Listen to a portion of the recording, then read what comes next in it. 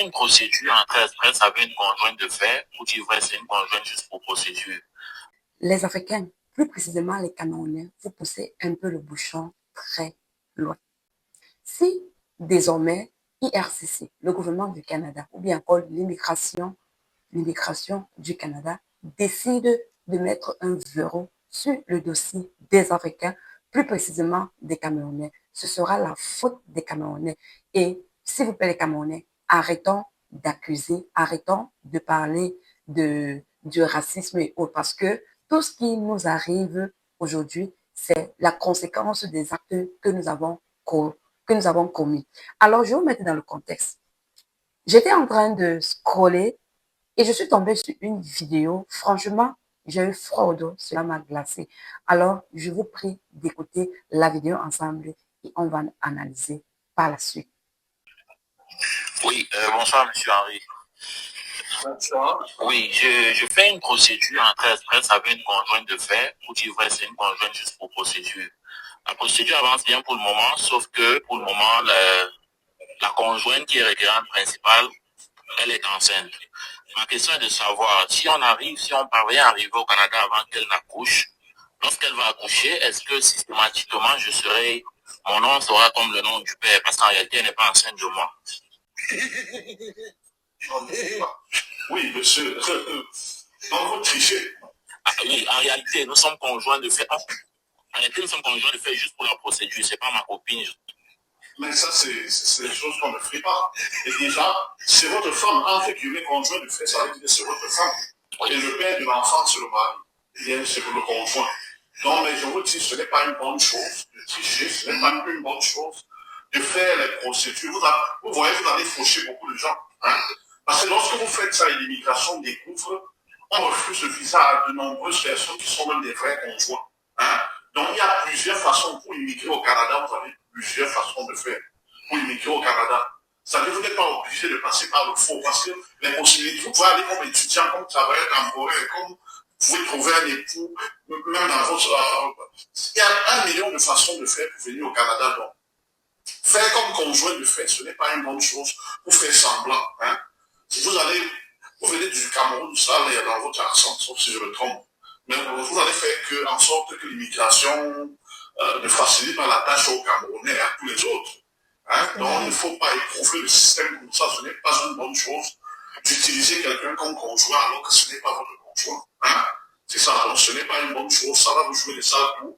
Même le jour qu'on découvrira cela, quand vous aurez la nationalité canadienne, on va retirer votre nationalité. Supposons que ça marche, vous arrivez ici. Et que vous avez cette résidence et la nationalité, le jour qu'on saura, on va le retirer. Et Dieu seul sait comment les autres. Là, il s'agit d'un monsieur qui fait dans les procédures d'immigration du Canada. Alors, il organise tout le temps des lives et voilà un autre monsieur montre et déclare, dit qu'il est conjoint de fait, faux conjoint de fait, entre guillemets, en plein live où il y avait plusieurs personnes connectées. Vous pouvez un peu imaginer.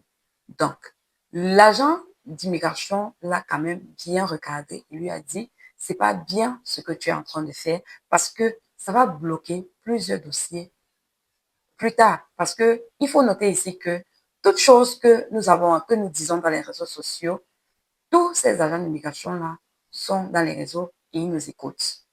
Ils nous écoutent parce que nous ne savons pas qui se trouve dans les lives. Et en plus de ça, regardez par exemple, c'est un live et cet extrait a été pris et maintenant c'est en train de se publier un peu de partout. Déjà, je vais m'excuser pour ceux qui vont dire pourquoi est-ce que tu as partagé. Je vais m'excuser le fait de relayer cet extrait de vidéo. C'est juste pour sensibiliser. C'est à titre de sensibilisation que j'ai partagé cette vidéo. Donc, ce n'est pas comme si peut-être je veux montrer quelque chose. Non, c'est à titre de sensibilisation. Alors, dorénavant, si vous avez des questions qui touchent, donc si vous avez des questions par rapport à l'immigration canadienne, dont vous savez que le dossier est un peu ambigu ou bien alors n'est pas très clair, il serait judicieux c'est quand le monsieur organise des lives comme ça ou bien n'importe qui, c'est mieux d'aller payer une consultation en privé et de poser vos questions et de poser votre situation plutôt que de venir en plein live où tout le monde est connecté et après les choses se relaie comme pas possible. Parce que ce genre de vidéo, c'est quelque chose que ça se relaie vraiment très rapidement. Et quand ça se relaie ainsi, nous ne savons pas qui tombe sur la vidéo.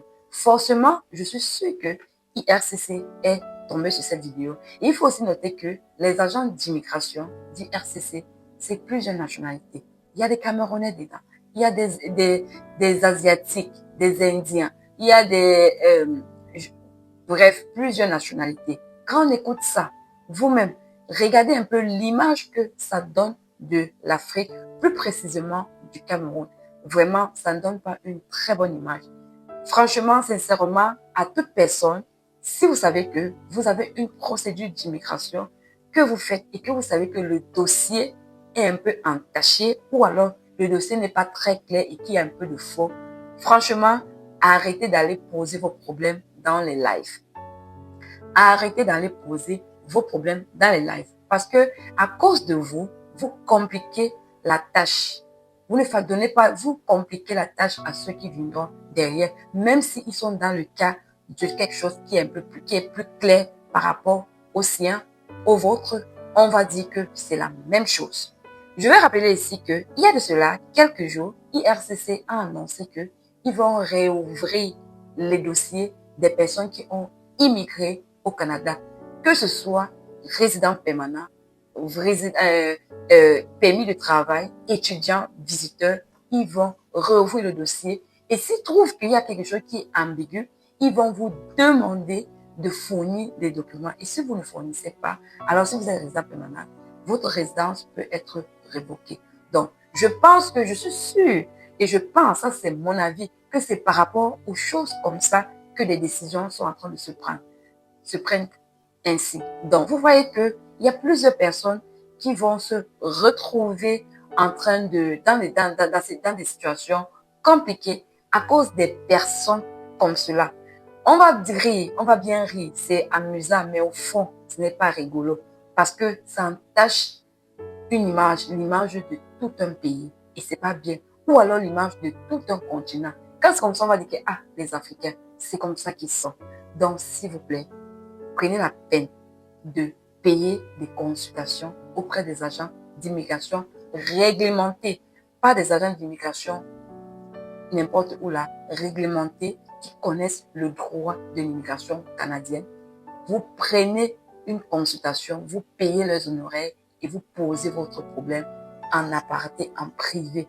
Ainsi pourront vous donner la solution plutôt que de venir exposer toute une nationalité ou alors tout un continent comme ça. Franchement, j'ai été choquée par cette vidéo. Mes frères, ne faisons plus cette erreur. Donc, c'est tout ce que je voulais partager avec vous dans cette vidéo. Et n'hésitez pas de me donner votre avis en commentaire. Comment est-ce que, dites-moi un peu, si c'était vous, l'agent d'immigration qui répondait, qu'est-ce que vous auriez dit? Que pensez-vous que l'immigration canadienne peut penser après avoir vu cette vidéo? J'aimerais vous lire et j'aimerais voir aussi vos avis. Sur ce, on se dit à très bientôt. N'hésitez pas de liker et de partager cette vidéo afin de sensibiliser massivement des personnes. Sur ce, passez une excellente fin de soirée. À très bientôt. Bye!